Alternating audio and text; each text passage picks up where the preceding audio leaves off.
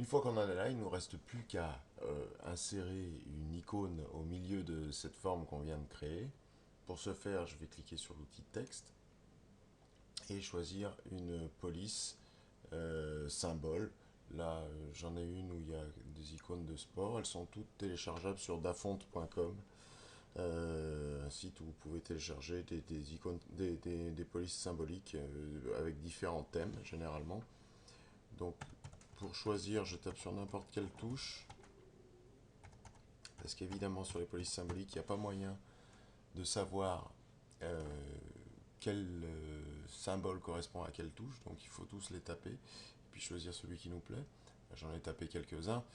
Je vais zoomer là-dessus. La façon la plus simple de zoomer, vous avez l'outil zoom ici, mais simplement en pressant la touche CTRL et avec la roulette de votre souris, vous zoomez plus rapidement sur la partie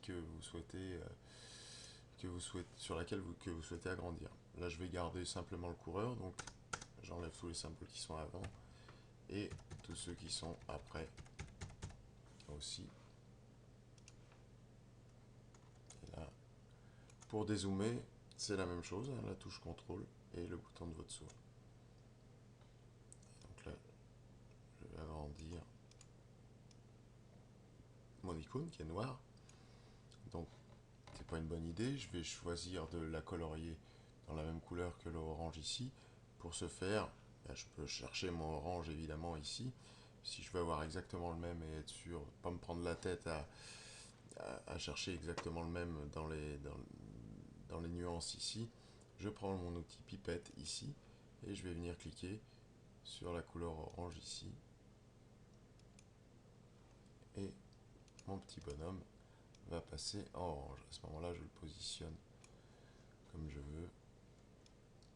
Je peux même me permettre de l'agrandir un petit peu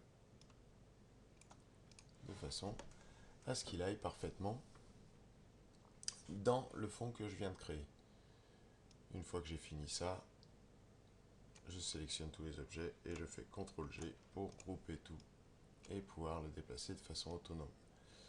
Comme tous les dessins que j'ai fait ici sont au format vectoriel et qu'il n'y a pas d'image dedans, je peux évidemment, sans perte de qualité, les agrandir ou les apetisser exactement comme j'en ai besoin.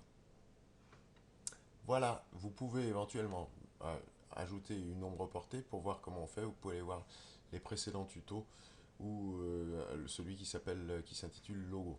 Voilà, merci de votre attention et à bientôt.